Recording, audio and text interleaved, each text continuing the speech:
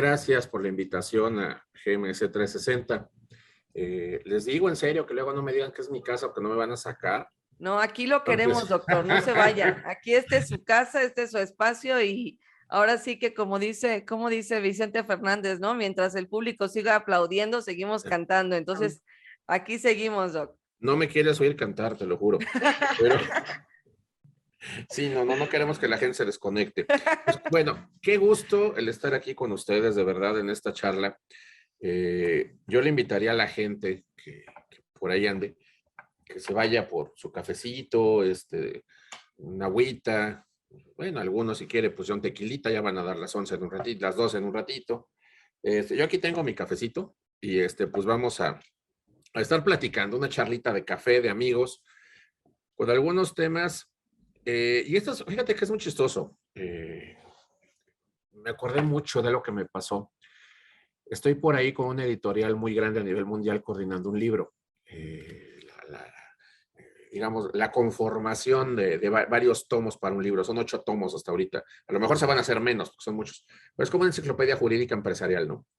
Y hay un tomo de PLD. Entonces, agarro el teléfono, me pongo a chatear ahí con, no te puedo decir quién, pero digamos que uno de los 4 grandes a nivel gobierno del PLD en México en este momento. Y le digo, oiga, me encantaría que nos pudiera ayudar y demás. Me contesta ahí por el WhatsApp, sí, encantado, que no sé qué.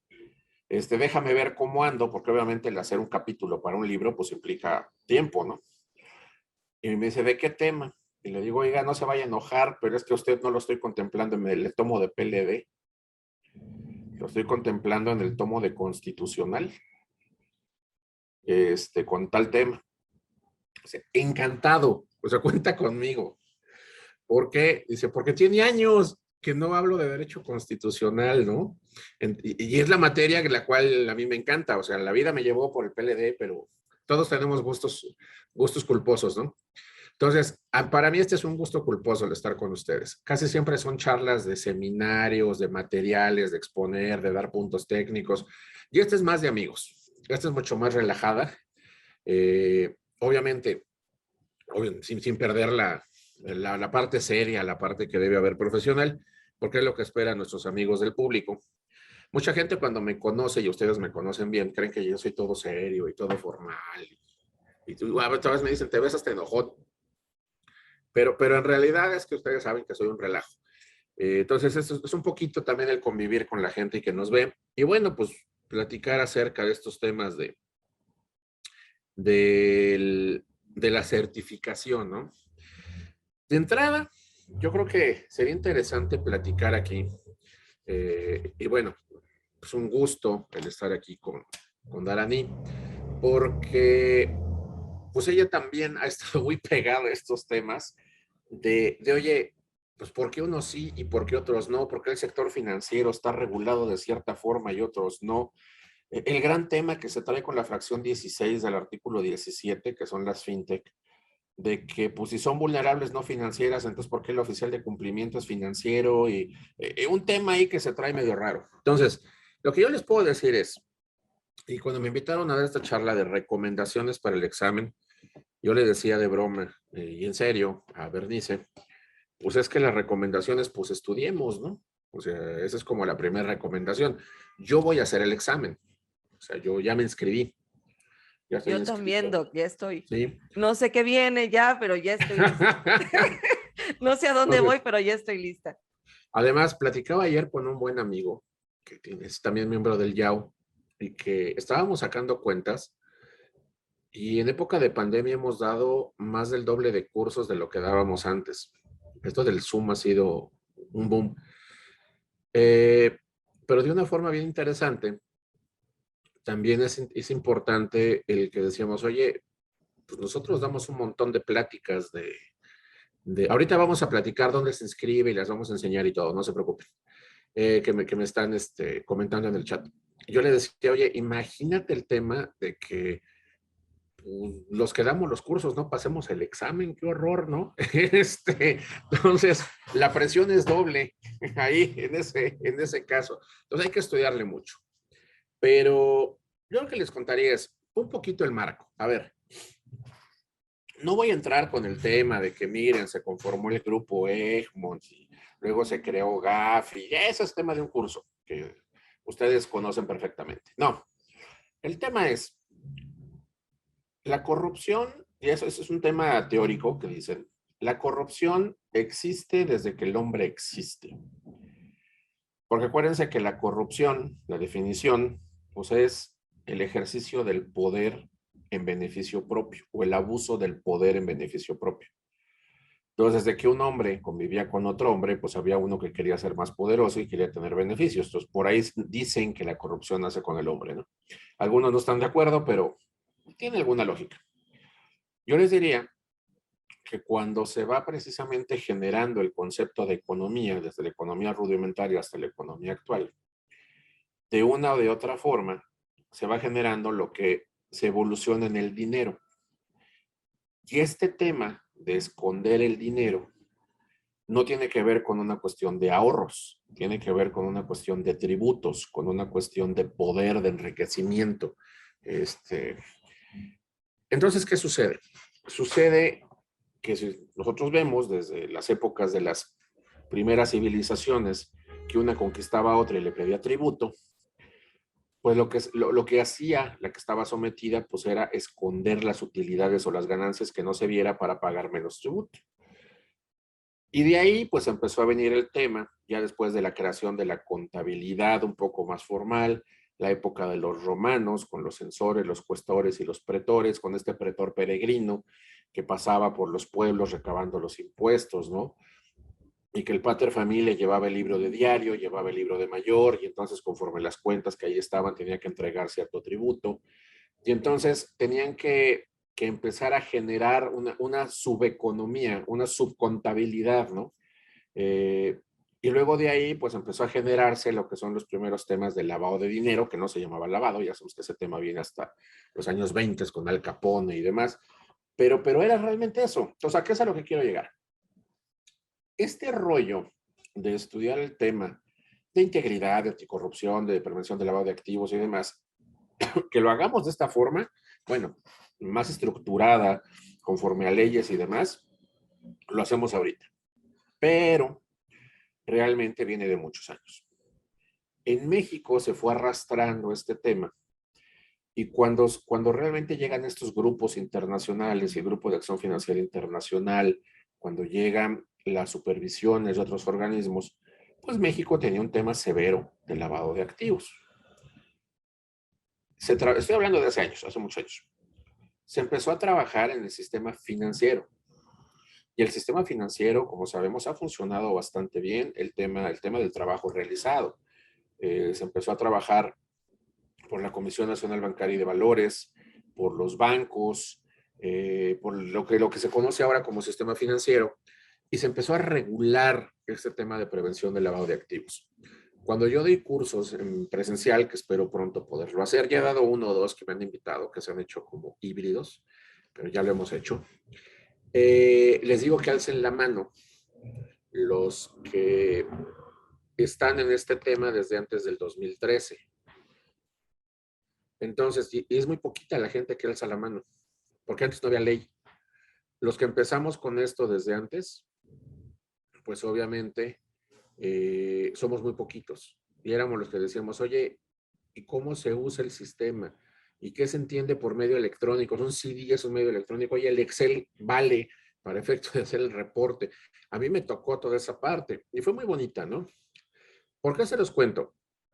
Porque empezó precisamente a evolucionar el tema de la capacitación, de la ley, el oficial de cumplimiento, entender que es una actividad vulnerable, entender cómo se hace una evaluación de riesgo, entender los tipos de riesgo, oye, los reportes, bueno, ahora sí vamos a estructurarlos en una plataforma y luego esa plataforma se tiene, bueno, esos reportes se tienen que enviar a través de la plataforma y en los formatos y en los modelos, oye, vamos a empezar a sacar criterios, etcétera.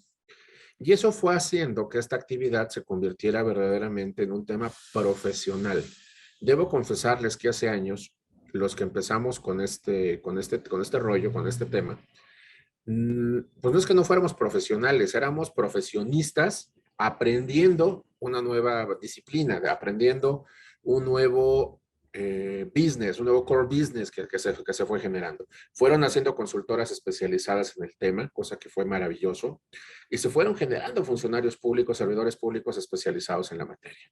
Entonces, dentro de esta certificación, digamos, no la de WIF, sino que se fue generando en México, nace la certificación de la Comisión Nacional Bancaria y de Valores, específicamente para un tema de sector financiero, ¿sí? Funcionó maravillosamente. Mucha gente se queja de la dificultad del examen, pero debemos de entender que no puede ser un examen fácil, ¿no? Por ahí tengo conocidos del mundo del PLD que dicen que le dicen el examen Whiskas, ¿no? Porque 8 de cada 10 lo reprueban. Haciendo el símil al comercial de las croquetas de los gatos, de que 8 de cada 10 les gustan, ¿no? Entonces, pero es cierto, o sea, al final, pues tiene que hacerse con cierto nivel de dificultad. Y vienen dos temas respecto a la dificultad del examen. Uno es la dificultad teórica, porque la información es un mundo de información. Y la segunda es la dificultad práctica para poder llevarlo a cabo. Por desgracia, y lo que voy a decir es real, y ese término no lo inventé yo sí he conocido oficiales de cumplimiento que son analfabetas funcionales. Es decir, se saben de memoria la ley. Y dicen, no, hombre, ya hay que hacer un reporte, y entonces eso, el reporte se manda y tienes tantas horas, y la plataforma le dices, ok, hazlo. Y ya valieron. No saben aplicar en la función lo que saben en la teoría. Ese es un gran problema y es algo que yo valoro muchísimo de entidades como GMC, porque verdaderamente se enfocan mucho en la parte práctica. Es algo importantísimo. ¿Sí? Que si tú llegas a una entidad y te dicen, oye, tú eres el oficial de cumplimiento, sí, puedes enviar los reportes, lo sé hacer, lo sé subir, lo sé, sé darles el seguimiento. Es más, nos cae una revisión, no te preocupes, yo te la atiendo, entrego todos los documentos, llevo a cabo la auditoría, todo bien. Entonces, al final, eso es lo que busca una entidad. Ahora, se empezó a generar un tema que también era muy importante. El sistema financiero empezó a crecer más allá del número de oficiales de cumplimiento, que es lo que también en el mundo del PLD decíamos entre el grupo de amigos, era el fenómeno Uber. Porque al principio había un montón de gente o sea, que tenía carros y quería hacer Uber y buscaba chofer y no había choferes. ¿Por qué? Porque Uber hacía una certificación. Entonces decía, no, de cada 100, 10 nada más pasan mis filtros. Sí, pero había 200 carros y 10 choferes, entonces estos se dejaban ir con unos sueldos así de, ¿quieres tantos? Ya, pues el carro casi es mío. Eso empezó a pasar en el sistema financiero. Y entonces empezó a darse un fenómeno que era el PLD as a Service, en el cual la gente decía, yo soy oficial de cumplimiento. Ah, pues le llevo a 20 sofomes. Y luego la autoridad se percató y empezó a decir, a ver, momento, pues también vamos a poner reglas para eso. Eso evoluciona y entonces siguen estas revisiones de Gafi. Y si ustedes se fijan, donde hemos salido no tan bien en muchos aspectos, pero hemos mejorado, eso sí, ha sido en actividades vulnerables no financieras. Digamos que básicamente Gafi dijo, ok, en financieras estás bien, síguele. Como todo, hay puntitos de mejora, pero síguele, vas bien. Pero en las vulnerables no financieras, sí tienes un largo camino que recorrer. Ahora, hay de actividades vulnerables a actividades vulnerables.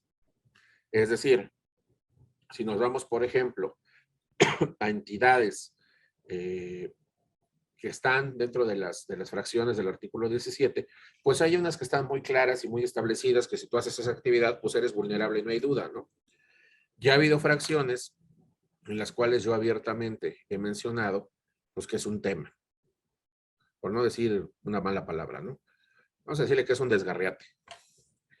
La de prestación de servicios, por ejemplo, no, bueno, o sea, a ver, está casi como el tema de la subcontratación con el REPSE, ¿no? A ver, o soy especializada o no soy especializada, o me registro o no me registro, pero sí pongo a disposición o no pongo. El mismo rollo pasaba acá al principio. A ver, ¿prestas o no prestas servicios? No, pues sí presto porque soy abogado. Pero a ver, yo administro recursos, híjole, pues es que en ocasiones puede ser que sí, pero en ocasiones puede ser que no. Y luego empezaron estos criterios que han salido precisamente por parte de WIF como la entidad reguladora, en el cual te decía, oye, es que la subcontratación sí debe reportar. ¿Se acuerdan que eso pasó hace años? Y la gente dice, oye, ¿y cómo por qué? Ah, pues porque administra recursos. Y entonces la pregunta era, oye, ¿el personal es recurso? ¿El capital humano es recurso? Y depende que entiendas, porque no es lo mismo si yo nada más te calculo nómina y la corro, así yo soy el patrón. Por ejemplo, son situaciones bien diferentes. Pero si la cuenta de banco es tuya, la cuenta de banco es mía. O si el personal está a tu disposición o no. Y entonces ese ha sido un tema. Inclusive ahora recientemente, después de la reforma de abril, la UIF emitió una actualización a su criterio para decir, no, sí reportan, y viene obviamente el tema, ¿no? Hace 2 días, o antier, creo que fue, acaba de sacar también un criterio con referencia a la fracción 16, que es la de criptomonedas, para decir que las plataformas del extranjero que operen en México también tienen que reportar. ¿A qué es a lo que voy? Estos criterios de repente van cambiando mucho y podemos estar de acuerdo o no, pero eso también hace que sea necesaria una especialización en actividades vulnerables no financieras. Y ahí es donde empezaba la pregunta. Oye, David, a ver, no me acuerdo el número, si me equivoco, por ella sé que Darani me va a corregir, me va a mandar un mensaje diciendo, ya cállese, pero creo que más o menos el número de actividades vulnerables no financieras anda alrededor de los 100,000 sujetos. Es más o menos Sí, en el promedio número, sí, sí, el doctor. número. En la NR 2020 que publicó la WIF, pero era 2018, o sea, son 70,000 a 2018, entonces se calcula que más o menos para hoy ya tenemos las 100,000. Que al menos Es son 10 correcto. veces el número de entidades financieras, cuando menos. Es decir, el mundo de trabajo que se viene es enorme. Y obviamente, en el mundo del lavado, si lo vemos por riesgos, pues hay mucho más riesgo actualmente en las vulnerables no financieras que en las financieras. Y venía la pregunta, oye, ¿quién está viendo estas? Pues nadie. Entonces, ¿qué es lo que sucede? Se nace se da esta necesidad de tener una certificación. La certificación, básicamente lo que busca, y perdón que lo diga así, es un examen de conocimientos mínimos generales teórico-prácticos que debe tener una persona que se quiera dedicar a los temas de prevención de lavado de activo para actividades vulnerables no financieras. Oye, ¿la necesitas forzosamente para trabajar en el medio? Mi respuesta es no. Y les voy a explicar por qué. Yo soy el ejemplo. Yo no estoy certificado por la Comisión Nacional Bancaria de Valores. ¿Por qué? Porque yo no cumplía con ninguno de los supuestos en los cuales yo la necesitara. No soy oficial de cumplimiento de una entidad financiera, por ejemplo. Oye, pero das cursos y capacitas y la ONU y el GAFI y la Cámara de Diputados. Sí, pero no la necesito. Ojo, el que no la tenga no quiere decir que sabes. Así como el que la tiene tampoco quiere decir que sabe. Y ese es un tema que yo les he dicho. Hay gente que tiene excelente memoria, y les repito, lo sientes, le das la silla de oficial de cumplimiento y lo tronaste en la práctica. Entonces, ¿qué sucede? Tenemos que buscar que la certificación, tenemos que entender que la certificación es necesaria, sí, es importante, sí, muy importante. Pero hay gente, que y aquí vienen a lo mejor algunas de las preguntas. Oye, David, yo nunca he participado en temas de PLD. Soy nuevo en la materia. Acabo de salir de la escuela casi, casi. Entonces, ¿no voy a poder hacer el examen? No, claro que puedes. Ponte a estudiar y dale, y lo pasas.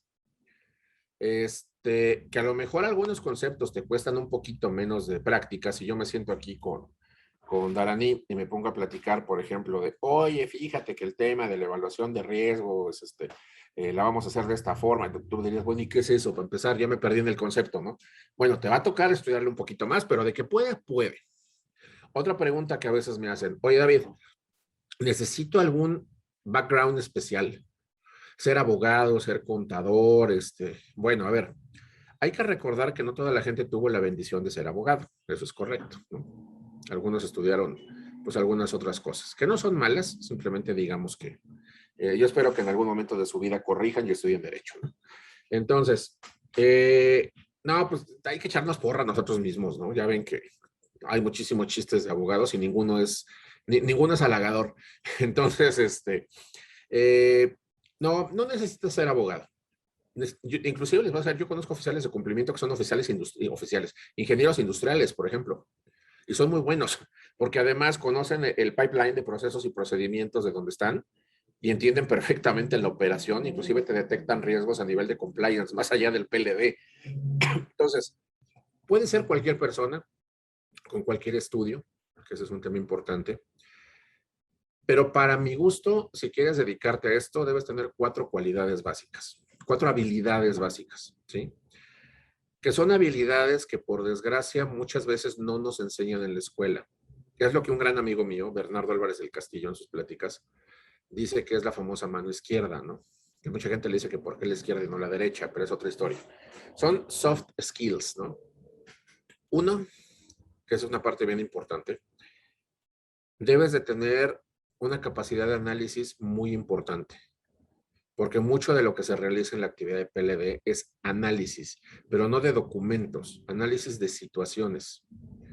Poder comprender cuando de repente tienes una situación inusual, y no inusual porque se brinquen las políticas y procedimientos, inusual porque no existe un perfil de lavador de dinero realmente. O sea, es una pregunta que muchas veces nos han hecho. Oye, ¿cuál es el perfil de lavador? No hay. O sea, mucha gente espera que llegue alguien botudo, bigotudo, sombrerudo, con una santa muerte aquí de tamaño natural, colgada de oro en el pecho, y a lo mejor ese cuate ni es narco, es boxeador. Y a lo mejor llega alguien perfectamente trajeado que se baja de un carrazo con portafolio, finísimos modales y demás, y es el lavador. O sea, no hay un cómo. Es más, si vemos la lista de OFAC, sale gente que en la vida te imaginas que podría estar en esa lista. Entonces, ¿a qué es a lo que voy? No hay un perfil de lavador. Por lo tanto, el feeling del área de cumplimiento, del área de prevención de lavado de activos. Acuérdense que yo siempre hablo de lavado de activos. Es una deformación profesional que traigo porque yo estudié en Colombia primero, entonces me quedó. Pero es PLD, pues, para efectos prácticos. Entonces, ¿qué sucede? No hay un perfil, por lo tanto, necesitamos esa habilidad, ¿no? Si tú quieres ser oficial de cumplimiento, el poder tener esa parte de sensibilidad. Dos, tienes que tener una capacidad impresionante de, de manejo de información de una manera holística. Porque el PLD es un conjunto en la que tienes una ley guía, la famosa ley PIORPI, pero que se vincula con un montón de leyes más.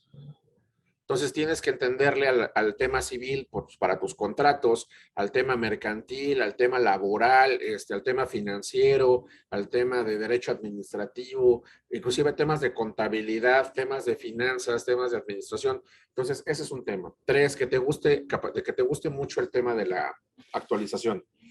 Esto es como la medicina. No sabes cuándo de repente abres el ojo en la mañana y en el diario oficial de la Federación ya sale una nueva disposición, porque te modificaron la circular única de bancos o la de seguros y fianzas, o salió una actualización a una de las leyes, o hay un criterio nuevo y hay que implementarlo. Y la cuarta, capacidad tecnológica. Actualmente el PLD se maneja mucho por sistemas, por softwares, por plataformas, entonces tenemos que entender qué es lo que estamos haciendo. La UIF genera entonces, digamos, detecta esta necesidad y genera el examen. Al generar precisamente este examen, se emite la convocatoria que fue publicada en el Diario Oficial de la Federación el 6 de agosto del 2021 y en el que, digamos que anuncia a la ciudadanía en general la certificación en materia de prevención ORPI, de operaciones con recursos de procedencia ilícita, para personas físicas que realizan las actividades vulnerables, o sea, las que están en ese artículo 17 de la ley, y las responsables encargadas del cumplimiento de esas obligaciones. Realmente la convocatoria como tal, pues nos establece los requisitos del proceso. Digamos que es eso, ¿sí? Como toda convocatoria, pues debemos de entender a quién va dirigida. Acuérdense que yo les decía ahorita que yo no estoy certificado por la Comisión de Salud Bancaria, pero doy cursos inclusive oficiales de cumplimiento que sí están certificados. A ver, David, ¿cómo es eso? Pues es que la convocatoria de la bancaria establece quién necesita estar certificado. Yo no estoy en el supuesto y no hago ninguna de las actividades que están ahí. En este caso, a ver, ¿quiénes sí son sujetos de esta certificación? Ah, bueno, básicamente son 3 tipos de personas. A ver, primero, si eres persona física y realizas alguna de las actividades vulnerables del artículo 17 de la ley, esta convocatoria es para ti. ¿Sale? 2, las personas responsables encargadas del cumplimiento que aceptaron su designación conforme está en el artículo 20 de la ley, tienen también que certificarse. ¿Sí?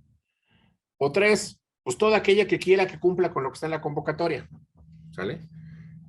David, ¿qué es lo que nos dice básicamente esta convocatoria? Bueno, lo que nos dicen es que hay un proceso, unas etapas que se tienen que cumplir. Primero, la publicación de la convocatoria, que les repito, está en el Diario Oficial de la Federación, ¿sí? Del día 6 de agosto del 2021. Es más, miren, para que no digan luego que aquí los dejamos a medias y no les damos la información y demás. Ahí está, se las acabo de poner en el chat. Ahorita empiezo a contestar preguntas, ¿eh? Acuérdense que le tengo que echar mi speech para justificar la invitación y el honorario. Y ya después, no es cierto. No hay honorario, es de amigos, pero tengo que justificar el tiempo, ¿no? Entonces, aquí le estoy contando el rollo y ahorita contesto sus preguntas. Pero ahí les puse ya la convocatoria. Para el que la quiera tener y no la tenía, ahí está. También está en la página de la UIF. Ahí también hay un apartado que dice certificación y ahí está todo. Pero bueno, esto tiene etapas, ¿no? Primero se publica, ya se publicó. 2, te tienes que meter, y ahorita lo hacemos, para que lo vean, al registro de obtención de folio y contraseña. 3, presentas la solicitud por la persona participante. O sea, llenas un formato. Y luego vas a tener que estar subiendo cosas, que ahorita les vamos a entrar a eso.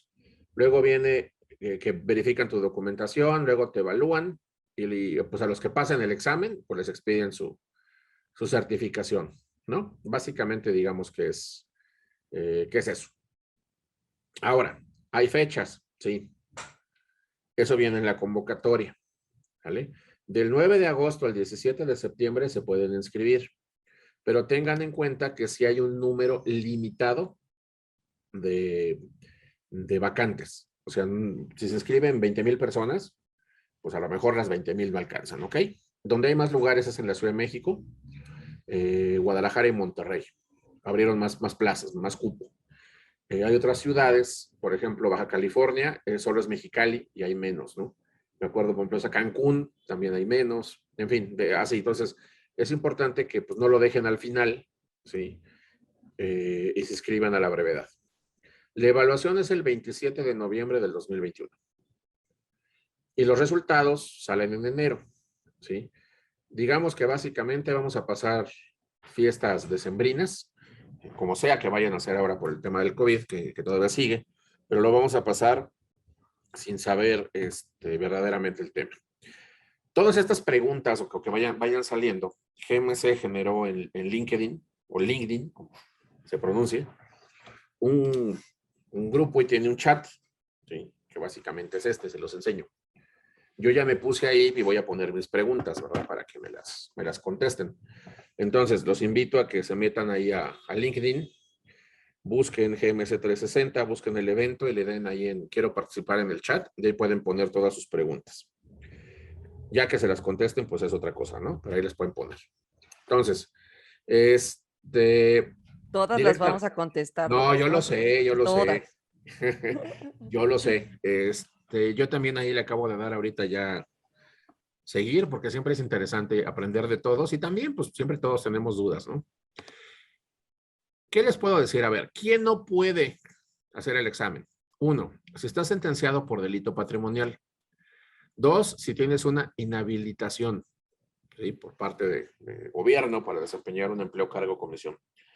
Y tercero, pues que estés en listas negras, ¿no? Digo, sería el colmo que tú estás en listas negras y, pues, te vas a dedicar a temas de prevención de lavado. Entonces, creo que es importante que ustedes vean que, oye, David, es que yo solo tengo mi título de licenciatura, no tengo nada más. No importa, preséntalo. O sea, no tienes que hacerte ni cartas simuladas, ni inventarte cursos, ni nada, porque la UIF va a cotejar la información que obviamente pues tú estás mandando, ¿sí? Información o documentación falsa, alterada o que no coincida con la fuente que dio origen. Ese es uno de los temas, ¿sí? Entonces, ¿qué requisitos necesitas? Es muy sencillo, tu identificación, el INE, el pasaporte, y si eres extranjero, pues tu documento de residencia, tu currículum, actualizado y firmado, el comprobante del último nivel de estudios, ¿sí? Caso mío, por ejemplo, yo mandé mi cédula profesional por ambos lados, viene el número de cédula y pues lo pueden cotejar con profesiones, ¿no? Una carta bajo protesta, que el formato te lo da el mismo sistema, un comprobante de pago, que son 6,500 pesos. Ojo, esto no es si pasas el examen, esto es pases o no pases, ¿ok? Entonces, básicamente digamos que esos son los requisitos. Ahora, el día de la evaluación, pues tienes que presentarte al lugar, llevar una identificación oficial y contestar un examen. Ya la unidad, la UIF, emitió una guía, que también ahorita les vamos a decir dónde está la guía, y la vamos a ver. Y pues responder, básicamente el examen, esperar el resultado, que nada más hay de dos, apruebas o no apruebas, y pues si apruebas, te van a expedir el certificado, ¿sí? Y ahí va a venir pues toda la información respecto de que te encuentras ya certificado y va a tener una vigencia de 5 años a partir de la fecha de emisión. Entonces, básicamente digamos que estos son los temas, digamos, el cómo se genera la parte del examen. Ahora, la unidad de inteligencia financiera tiene, obviamente, ¿sí? Un portal. Es más, miren, me voy a meter aquí para que vean. Voy a compartir pantalla. Ahí está. Esto que están viendo es la página de la UIF, para que toda la gente sepa dónde, ¿no? Aquí abajo dice certificación UIF PLD, actividades vulnerables, ahí le dan clic. Y aquí pueden ver los avisos, la convocatoria. Yo la tengo en el, yo lo que me basé de la convocatoria para no cometer un error. Pero ahí la tienen. Y la pueden descargar del diario oficial o de ahí directamente. Está el temario, que ahorita lo vamos a ver, el instructivo, la guía, ¿sí? El aviso de privacidad, que ese debe de estar, el manual para pagar el examen. Importante, esto se hace en alianza con la ANUYES, Asociación Nacional de Universidades e Instituciones de Educación Superior, que es la unidad evaluadora que va a realizar el examen, ¿sí? O sea, la que va a operar en la práctica el que se hagan los exámenes. Y esto está muy padre porque también es muy transparente, ¿no? Y previene cualquier acto indebido. Y vienen las preguntas frecuentes. Importante. A ver, David, vamos a ver el temario y ahorita les explico cómo meternos, ¿sí? Déjenme aquí. Dejo de compartir aquí. Me pongo aquí. Y me meto al temario.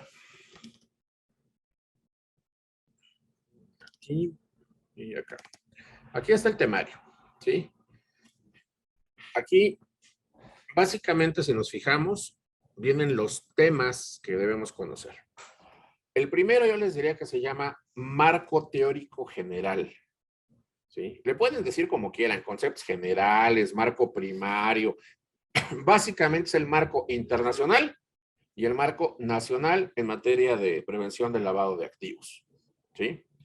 Es decir, doctrina y leyes, para decirlo en pocas palabras. ¿Qué nos dice? A ver, ¿qué es PLD? ¿Sí? FT, como le decimos nosotros. ¿Sí? ¿Cuáles son esas generalidades y conceptos? Pues tienen que saber qué es, cómo se genera, cuáles son los 3 momentos que existen o que se dan para que la figura de lavado de dinero, qué es la colocación, qué es la estratificación, esos conceptos son los que ahí deben de venir y se deben de conocer, ¿no? Obviamente debes conocer las directrices de carácter internacional que existen en materia de este tema, ¿sí? Algunos te podrían decir, no, es que hay que remitirnos casi casi desde la fuente primaria, otros decirte, no, mira, nada más vamos a tocar lo último. Cada entidad, cada asesor, cada consultora lo hace conforme lo considera adecuado.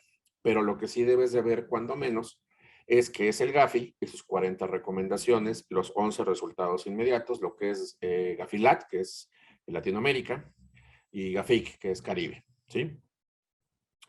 El análisis de México respecto a los parámetros de GAFI, es decir, cómo vamos con esto que yo les decía, que GAFI emita recomendaciones, México las va cumpliendo, algunas ya están, otras están en proceso, etcétera. Esa parte es muy importante y tenemos que desarrollarlo, tenemos que verlo, ¿sí? Después de eso, las convenciones internacionales de PLD, de las que México es parte, y la normativa nacional de régimen de prevención del lavado de dinero. Esto, el 1.5, se ve bien fácil, pero créanme que es largo. La normativa nacional de régimen, porque sí, no nada más es la ley de PLD y el 400 bis del código, ¿no? Tiene mucho más numerales de diversas leyes. Viene obviamente aquí la bibliografía, así que se tiene que ver. Esto está muy bien, porque está padre que en el temario, pues te pongan la bibliografía, porque hay gente que quiere estudiar por su cuenta o quiere reafirmar temas que ya ha visto. El tema 2 es un mundo, actividades vulnerables, 16 fracciones, algunas con incisos. O sea, estamos hablando de más de 20 actividades para irnos realmente a lo que es, ¿sí? 20 actividades diferentes, aunque estén en 16 fracciones. ¿Qué sucede? Tenemos que entender qué es cada actividad. Y ojo, no el hecho de que yo me dedique a una actividad vulnerable quiere decir que tengo que reportar o que soy sujeto de reporte para efectos de PLD, no necesariamente. Pues tengo que entender en qué casos sí, en qué casos no. Tengo que entender los umbrales, ¿sí? Que se dan por la misma autoridad para el cuándo sí y el cuándo no reportar. Recordemos que hay operaciones que se reportan todas sin importar el monto y hay operaciones que se reportan a partir de ciertas situaciones, condiciones o umbrales económicos. Ahora bien, tenemos que entender temas como qué es una actividad vulnerable, ¿sí? Las recomendaciones GAFI, que básicamente pues, es la 8, 15, 22 y 23. ¿Qué es un análisis de riesgo? ¿Cómo se realiza? ¿Por qué ese análisis de riesgo existe de forma específica en materia de PLD? ¿Cuáles son los indicadores, esas red flags que existen en materia de PLD? La metodología, que hay varias en realidad, pero las metodologías para la medición de riesgos. ¿Y qué actividades pueden disminuir el riesgo? ¿Cómo la ley, nuestra ley PIORPI, nuestra ley federal para prevención e identificación de operaciones con recursos de procedencia ilícita, nuestra ley PIORPI, nos pide que hagamos ciertos puntos muy específicos? Y ojo, esto tiene que ver con otro tema también, que es el cumplimiento y la atención de visitas, ¿sí? Es decir, ¿cómo identifico a mis clientes y usuarios? Know your customer, ¿se acuerdan? El famoso KYC, ¿sí? El KYC. Entonces, ese es un tema. ¿Cómo integro el expediente? Porque no nomás es agarrar todo, echarlo en un sobre y guardarlo. No es así. Realmente, ¿cómo distingo, cómo puedo yo cumplir con la disposición cuando yo estoy hablando en materia de dueños beneficiarios? ¿Sí? O beneficiario final, como le quieran llamar. ¿Cómo tengo que resguardar la información? ¿Qué facilidades tengo yo que darle en una visita? ¿Quién es el representante encargado del cumplimiento? ¿Cuándo yo tengo que hacer algo que se llama de-risking? Es decir, abstenerme de hacer una operación, ¿sí? Este famoso aviso de 24 horas que se tiene que hacer, se haga o no se haga la operación, pero yo detecté el riesgo.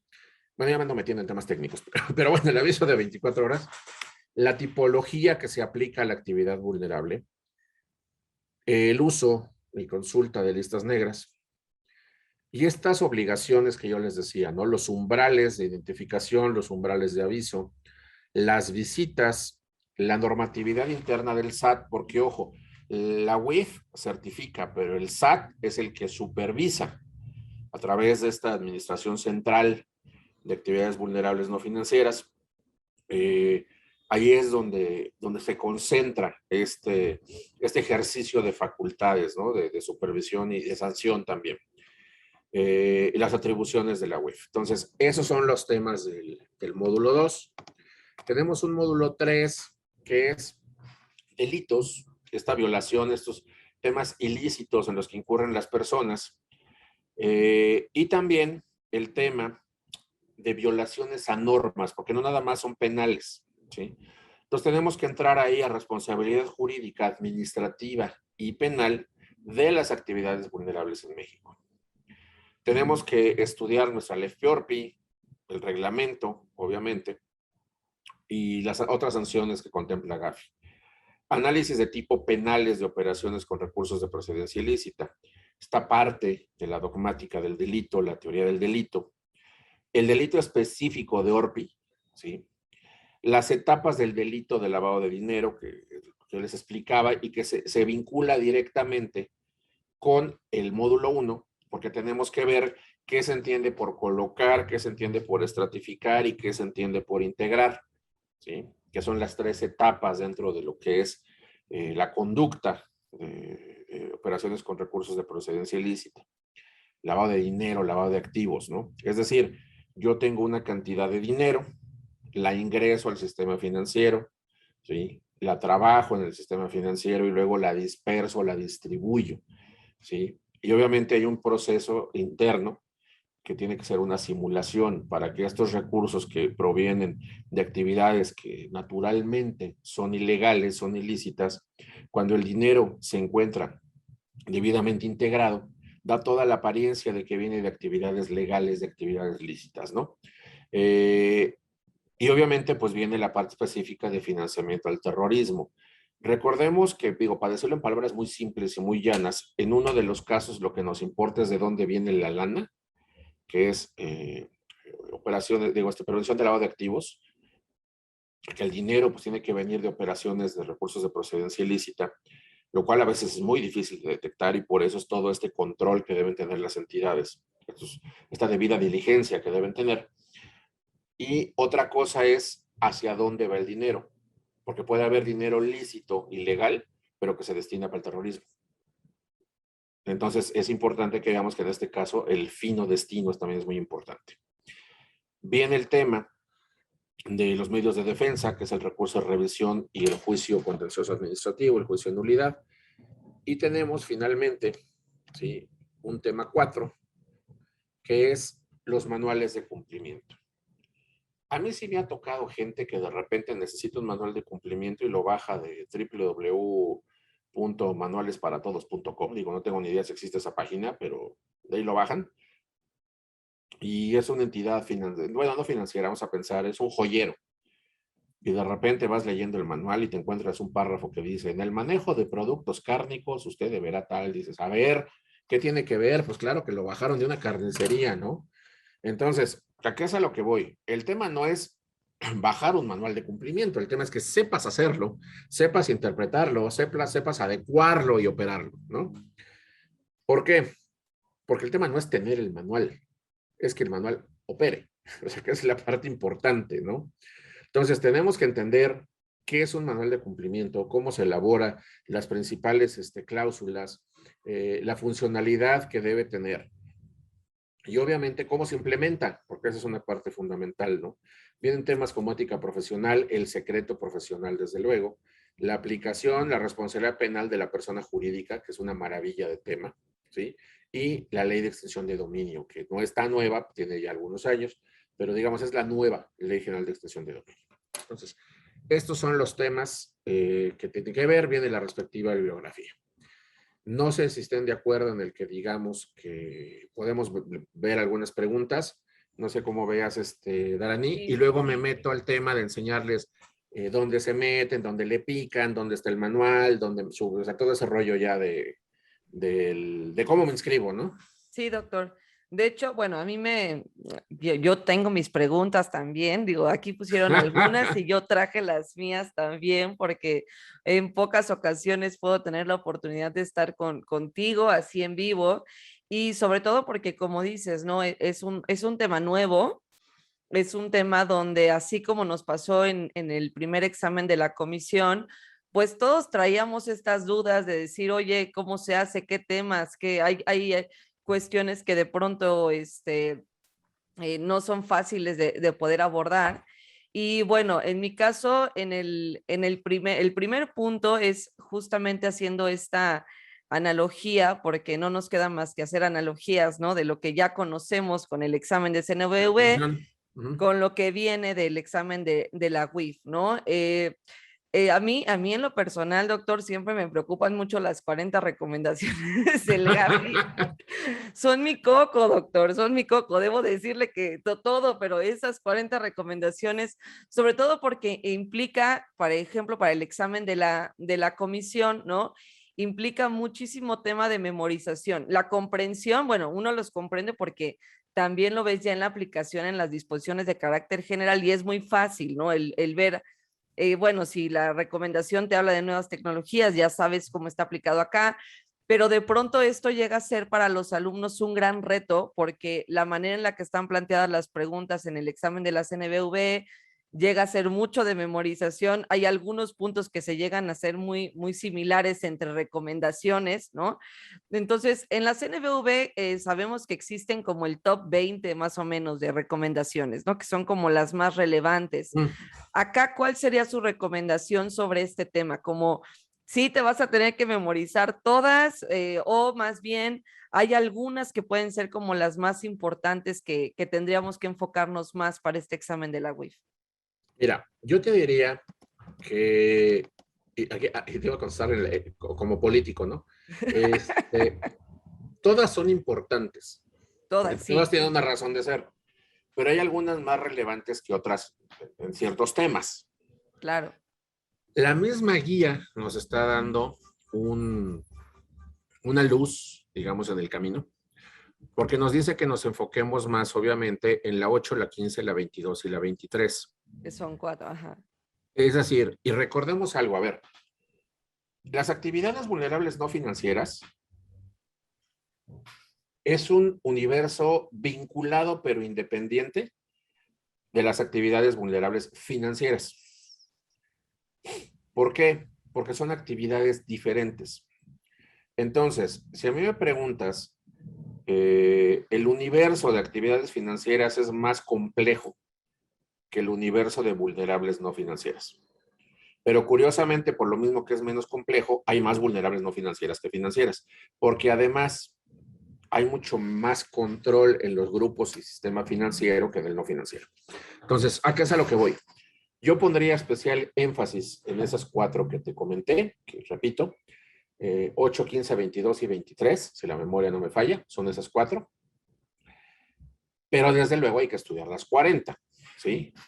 No se preocupe, Entonces, voy a poner a todos mis alumnos a que se aprendan las 40, pero dije, luego de pronto es mucha información, ¿no? Es es un un mundo. sinfín de información, es Sí. un mundo. Entonces, nuestro objetivo también es ver cómo hacia dónde los alineamos, ¿no? Porque estamos hablando precisamente de que aquí el reto es pasar el examen, ¿no? Y pues hay que aplicar ciertas estrategias para lograr que se apruebe el examen, ¿no? Sí, desde luego. Ahora, si nosotros nos vamos a lo que son las recomendaciones, aquí te voy a hablar de memoria, pero la 8 son entidades sin fines de lucro, si la memoria no me falla. Y tiene que ver con el artículo 17. O sea, digamos, nuestra guía es el artículo 17. Ese es como el centro, ¿no? Entonces, ¿tiene que ver? Pues sí, sí tiene que ver. Si nosotros nos vamos directamente a la 15 tiene que ver con temas de tecnología. Y bueno, tenemos una fracción 16 en el artículo 17, pues que tiene que ver precisamente con esos temas, ¿no? Cuando nosotros nos vamos ya a lo que es la 22 y la 23, pues nosotros nos vamos a dar cuenta que tenemos un término técnico en la 22, que es la debida diligencia del cliente. Y la 23, finalmente, tiene que ver con otras medidas que se toman, y si tú te fijas, todo eso se toma para efecto de lo que son las vulnerables no financieras. Entonces yo te diría, por eso es por lo que yo creo que ahí nos tendríamos que ir. Yo te puedo decir, por ejemplo, claro, creer es un acto de fe, y yo lo que estoy diciendo es porque creo, pero yo creo que la 26 no te la van a preguntar. porque si la memoria no me falla, la 26 es de entidades financieras. Claro, o sea, Y sería obviamente más este es bien un, enfocarnos a las sí, que impactan más actividades vulnerables en este así es, caso, y este es ¿no? un examen de vulnerables no financieras. Claro. Entonces, pues te digo, yo creo, por ejemplo, que esa, sí, pues no te la van a preguntar. Pero bueno, ese es como uno de los puntos.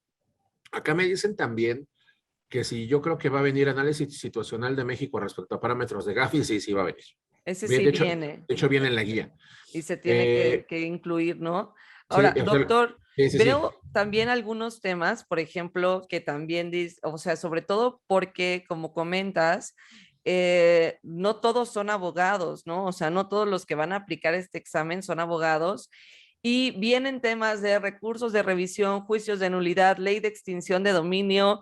¿Cuál sería su recomendación sobre este punto que no es tan, que es mucho más enfocado a la parte jurídica y que de pronto algunos alumnos o aplicantes pueden enfrentarse a esto?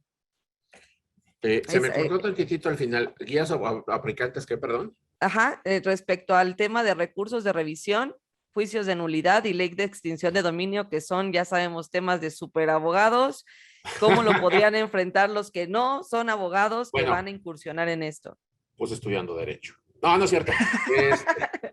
No, no es cierto, no. Deberían, ¿verdad? Te Ese explico. sería el objetivo. Nosotros lo que siempre les hemos dicho es entender la figura. O sea, una cosa es que entiendas la figura y otra cosa es que te avientes el proceso. Y voy a poner el caso real del PLD. Hay abogados que son peledólogos y abogados que son procesalistas. Es decir, cuando hay una judicialización de un expediente o la carpeta de investigación de un expediente en el cual hay un probable delito de ORPI, normalmente dos abogados participan. El que sabe de la parte técnica fina de PLD, que se sabe las 40 recomendaciones de Gafi, por ejemplo, y el procesalista, que es el que lleva la audiencia. Muchas veces el abogado, yo he participado en defensas, yo no soy procesalista. Hay un penalista que es el que sabe hacer los alegatos, va a la audiencia y realiza su trabajo magistralmente. Nosotros somos los ratoncitos de biblioteca que estamos atrás diciéndole, oye, no es ORPI, será lo que quieras, pero mira, no es ORPI porque no se cumple con esto, la estratificación no está de esta forma, no se dio exactamente el verbo activo que viene en el 400 bis y es así. O sea, esa parte es la otra parte. Entonces yo les diría, entiendan la figura, que es lo que hacemos los peledólogos, ¿no? Ya llamémoslo así. Ya si eres abogado, pues la parte procedimental va a venir aparte. Entonces, entiende que la extinción de dominio es una figura que se da para delitos de delincuencia organizada, entiende qué es la delincuencia organizada, léete, por ejemplo, el convenio de Palermo, la Convención de Palermo, que es el Tratado Internacional de la ONU de Delincuencia Organizada, entiende en la ley mexicana cuáles son las conductas, pues que el huachicoleo, la trata de personas, la defraudación fiscal en ciertos casos, etcétera, etcétera. Que hay dos tipos por lo cual la extinción de dominio procede. Una es por de dónde viene el recurso y el otro para qué se usó el bien. Es decir, si yo tengo un carro y lo utilicé para pasar drogas, pues ahí no importa de dónde compré el carro, o sea, importa para lo que lo usé. Pero si también ese carro yo lo uso para algo normal, pero se compró con recursos de procedencia ilícita, también pueden aplicarme extinción de dominio. Entonces, que conozcas eso. Y de esa forma, conociendo la figura, yo creo que tiene los elementos mínimos para que puedan acreditar adecuadamente el examen. Perfecto, doctor. Y Perdón, pero vemos luego me también, apasiona hablando de esto. no, no, no, vemos también una pequeña diferencia en el temario versus convocatoria, ¿no? Vemos que en el temario traemos 4 módulos, en la convocatoria lo agrupan en 3 y No, lo estructuran de manera diferente. ¿Sobre cuál, o sea, le hacemos caso a los dos o sobre cuál más bien nos enfocamos? Porque sí, esto puede causar como un poquito de confusión para los que van a estudiar igual de manera independiente, ¿no? Estos, sobre cuál se apegan. mira, hay un principio jurídico que dice que más vale que sobre y no que falte, ¿no? Ese lo usaban los romanos, creo. Entonces, uno de los puntos ahí yo te diría, vale más estudiar un poquito más y tener un poco más de conocimiento en la cabeza a que falte. Ahora, un tema bien importante es, si la memoria no me falla, creo que son 2 horas para hacer el examen. Sí, esa también es una Y son, pregunta que nos dicen, ¿es verdad eso? y son como 100 preguntas, una onda así. Entonces, vas a tener, son 120 minutos, para 100 preguntas vas a tener como minuto y feria Para cada Entendiendo pregunta. la feria como un cachito, literalmente, como minuto 10, minuto 15, para contestar las preguntas. Entonces, tienes que ir verdaderamente confiado, verdaderamente persinado y bendecido, ¿no es cierto? No, no, verdaderamente preparado para poder enfrentar el examen. ¿A qué es a lo que voy? Y les voy a poner un ejemplo, porque mucha gente no ha hecho exámenes de este tipo. Yo hace muchos años, debe tener unos 15 años, más todavía, yo me hice agente de seguros. Nunca vendí un seguro en mi vida, pero yo quería entender verdaderamente cómo funcionaban los seguros para temas. Acuérdense que yo nací como fiscalista, o sea, yo era fiscalista hace muchos años. Entonces, en esas épocas había unas estrategias con seguros y demás. Dije, yo quiero ser agente. A ver, fui a hacer el examen y es de estos de tiempo. Yo lo que les diría es, y debo reconocer, en la Comisión de Seguros y Fianzas el examen se divide en 4 módulos. Tú los tienes que acreditar individualmente. Cuando acreditas los 4, tienes tu cédula. Pero si repruebas uno, nada más tienes que repetir ese módulo, no tienes que repetir los demás. Yo hice el examen 2 veces, porque la primera me trabé en una pregunta y me quedé pensando la respuesta. Y luego cuando ya dije, era esta, y la puse, porque era una computadora, me comí el tiempo de las demás. Es decir, no reprobé por no saber. Digo, no me sabía una. Las demás sí me las sabía. El tema es que reprobé por un mal manejo de estrategia. Yo lo que les diría es, si no te sabes una o tienes duda, bríncatela y contesta la mayor cantidad posible que puedas, ¿sí? Porque de otra forma te va a comer el tiempo, ¿sí? Para decirlo en otras palabras, ¿sí? ¿Qué es más importante aquí? Que puedas responder la mayor cantidad de preguntas a que te trabes en una y te frustres porque no te supiste una. Te va a frustrar más decir, no acabé el examen y sí sabía, que es lo que me pasó a mí. Claro, Entonces, esa ese es es un una punto buena también bien recomendación. importante. Y también, bueno, algo que vemos de pronto es que lo piensan tanto, y nosotros que lo vemos con los de la CNBV, que ponen, o sea, definitivamente yo les digo que siempre se apeguen a su subconsciente, porque la información está ahí. O sea, Sí. ven la pregunta, seleccionan una y luego les da tanto nervio, se quedan y dicen, no, la cambian y esa era la buena, la primera que habían elegido. El tema es que Entonces, acuérdate que estos exámenes, Darani, no sé si coincides conmigo, no son de opción múltiple, son de confusión múltiple. sí, muy, mucho. Entonces, el tema ahí es que no es concreto, o sea, no, muchas veces son respuestas largas, o sea, son 3 párrafos de 4 renglones y lo que cambia es una palabra, ¿no? Entonces, Ajá. a ver cuál era. Aquí el rollo es que si lo hacen confuso y difuso. Como les digo yo, es profuso, confuso y difuso la respuesta. Entonces tienes que, como tú dices, guiarte por lo que dices, pues esta es la buena, sí, pues esa es. O sea, listo. Entonces, ese es uno de los temas importantes. Entrando en este tema del examen, yo qué recomendaciones les daría. A ver, uno, y perdón, a ver, les voy a decir lo que a mí me sirve, ¿ok? Lo que a mí me sirve no quiere decir que le sirva a los demás. Cada quien es diferente. Y te voy a poner un ejemplo. Yo soy muy rockero, me gusta mucho el rock. Aquí en la oficina, cuando yo estoy haciendo cosas importantes, esas que requieren mucha atención y mucha concentración, tengo una, como muchos ya no tengo oficina, tengo un set de televisión aquí, ¿no? Con luces y cámara y una pantalla, y ya ves que así nos transformamos ahora. Pero tengo una tele medianamente grande, que es donde pongo mi música, veo las noticias, las sesiones del Congreso, ahora que pues algunas las veo a distancia y otras voy, pues ahí las veo. Entonces, lo que hago es que ahí pongo música, pero estoy oyendo a Metallica, estoy oyendo a Pantera, o sea, rock de ese tipo, y sí lo pongo un poco fuerte. De hecho, los chicos ya saben que cuando tengo mi puerta cerrada y oyen esa música ya ni me tocan, a menos que sea algo importantísimo. Y me decían, ¿y cómo te puedes concentrar así? Bueno, es que yo en la universidad estudiaba con la tele. Me aburría y me empezaba a dar sueño cuando yo estudiaba para los exámenes en la tele, sin la tele. Entonces yo la tenía que prender y ese ruido de fondo me hizo temas. Yo soy de los que me puedo dormir con la luz prendida y en medio de una fiesta con música y no me despierto. Y hay gente que no puede. Entonces, ¿a qué es a lo que voy? Eh, las recomendaciones que yo te voy a dar me sirven a mí, ¿sale? Pero no quiero decir, a ver, yo te diría, primer tema, no te sobreestudies. El cerebro, ¿sí? Es un músculo, bueno, no sé si es un músculo, me va a matar si hay aquí algún médico por lo que estoy diciendo. Es un órgano del cuerpo humano, digamos, así no la riego, ¿sale? Que también se cansa. El estrés es un factor súper importante. Entonces, ¿yo qué te diría? A ver, estudia lo más que puedas, haz sesiones pedagógicamente adecuadas. Es decir, por ejemplo, yo cuando doy cursos de este tipo, yo hago recesos cada 50 minutos más o menos. De hecho, lo hago en mis charlas, si ustedes han tenido charlas conmigo, cada 50 minutos hago un receso. Y eso es porque pedagógicamente se ha estimado que el cerebro no puede asimilar lo que viste en 4 horas al mismo tiempo. Entonces, ¿qué sucede?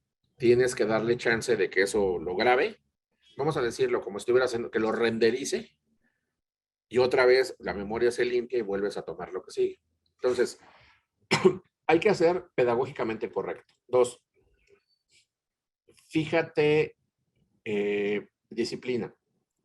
A lo mejor tú llegas a tu casa y dices, voy a estudiar media hora, pero que sea media hora dedicada exclusivamente a eso. O sea, no donde estás, es que la actividad vulnerable tiene estratificación. Juanito, bájate de ahí, te vas a caer. Lo que pasa es que, a ver, las actividades vulnerables, ¡ay, la cena se me está quemando! O sea, no, al final eso no va a jalar porque tu cerebro no está concentrado. 2, al menos yo nunca estudio y yo ya no leo nada una noche antes. O sea, yo soy de la idea de que lo que aprendí, lo aprendí, lo que no, no. ¿Por qué? Porque hay gente que, bueno, me acuerdo de mis compañeros de aquí de la oficina, ¿no? De repente, pues hemos hecho evaluaciones de varias cosas y los ves todavía 5 minutos antes del examen leyendo. Lo que pasa es que es un artículo tal que no sé qué. A ver, no, tan, ya, bájale, párale, te agotas. ¿Sí? La última que yo les diría y te doy la palabra es lean. Lean bien la pregunta. Entiendan qué te están preguntando. ¿Sí? ¿Por qué? Porque muchos dicen, pero no importa, porque son preguntas que se pueden responder rápidamente. Ese es el gran problema. Entiende bien la pregunta. Si es necesario, léela 2 veces y da tu respuesta. Eso va a hacer que tú tengas mucho menos nivel de estrés. ¿Por qué? Porque no vas a estar con, ya voy en la 20, pero híjole, la 4 a lo mejor sí la contesté bien, a lo mejor no. Ese tipo de situaciones son en las que yo te diría que hay que enfocarse. Claro. Normalmente yo tomo pluma, tomo una tarjetita y las que llego a tener alguna duda, las anoto el número. Y generalmente todas las plataformas, cuando terminas y te sobra tiempo, te dice, ¿quieres verificar? Sí, ¿cuál? Y entonces una por una empiezas con las que ya, pero ya sabes que ya acabaste. Entonces yo te diría que esos son algunos de los tips, ¿no? Que yo te podría decir. Claro, perfecto, doctor. Justamente ese es otro punto que nos han estado preguntando mucho respecto al examen físico, porque todo indica que es físico el examen El de la examen WIF, es físico, es correcto. es Con un físico, montón de medidas de sana distancia, pero sí. pero me refiero a que es en papel, o sea, no es en computadora, Bueno, aquí hay un tema. porque mencionan Eh, el alveolo y que uno lo tiene que sí, rellenar bien y todo, es entonces, correcto. En apariencia se va a calificar con plantillas. ok, No sé si te tocó ver ese sistema. no, como las hojas de respuesta donde vas llenando las bolitas. Sí, digo, actualmente ya en casi todos lados es en computadora, ¿no? Pero Sí, si fuera en plantillas, lo que tú haces es que tienes la hoja, vamos a ponerle aquí, ajá, haz de cuenta, tengo una hoja. Entonces tú llenas el alveolo, tiene que quedar bien marcado, bien negrito, sin salirte de la bolita. ¿Cómo califican? Hay unas plantillas. Es decir, tú le puedes dar el examen a alguien que no tenga ni idea y te puede decir si está bien o mal contestado. ¿Por qué? Hay dos formas. Obviamente porque él ya sabe que la 1 es la A y tan tan. O 2, porque hay otra hoja que tiene unos hoyitos que se pone encima. Y entonces cuando emparejas las dos hojas y le haces así, pues si el rellenado está en el hoyito, está bien. Si está en otro lado, está mal. Entonces, es una forma, digamos, muy básica con plantillas de calificar. Entonces, yo no sé si al final vaya a ser con Compus. Estaría genial, ¿no? Pero el rollo que yo les diría es sí, todo parece ser que va a ser, vamos a decirlo, presencial, va a ser físico, o sea, con hojas y marcadores, ¿sí? Pero al final eso yo creo que es un tema mínimo, porque Claro. si te lo sabes, te lo sabes. O sea, que esa es una cuestión fundamental, ¿no?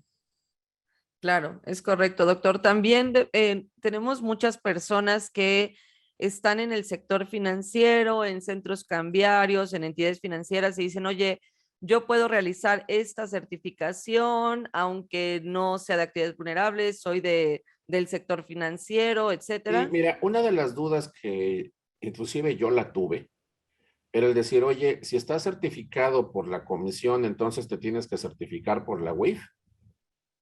Es decir, el que ya está certificado por la comisión, si quisiera llevar a cabo eh, estos temas de profesionales con actividades vulnerables no financieras, ¿podría hacerlo? La respuesta es no. Son certificaciones diferentes para actividades diferentes. Es decir, si tú estás en una consultora, por ejemplo, o en un grupo financiero, y resulta que el grupo financiero tiene una división, algo así me hace fintech, por poner un tema que además sí se da, o sea que eso es algo real. Oye, ¿el oficial de cumplimiento financiero podría ser el oficial de cumplimiento de la fintech? Y es una pregunta bien interesante. La respuesta que muchos dan es no. O sea, sí y no, o sea, pero me refiero a la certificación. Claro, ¿Por qué? Porque fintech está en el 17 de la ley y ahora por disposición, el 17 me refiero es la fracción 16 del artículo 17, pues, yo voy a decir, no tiene 17 fracciones, no, a ver, estamos hablando del artículo.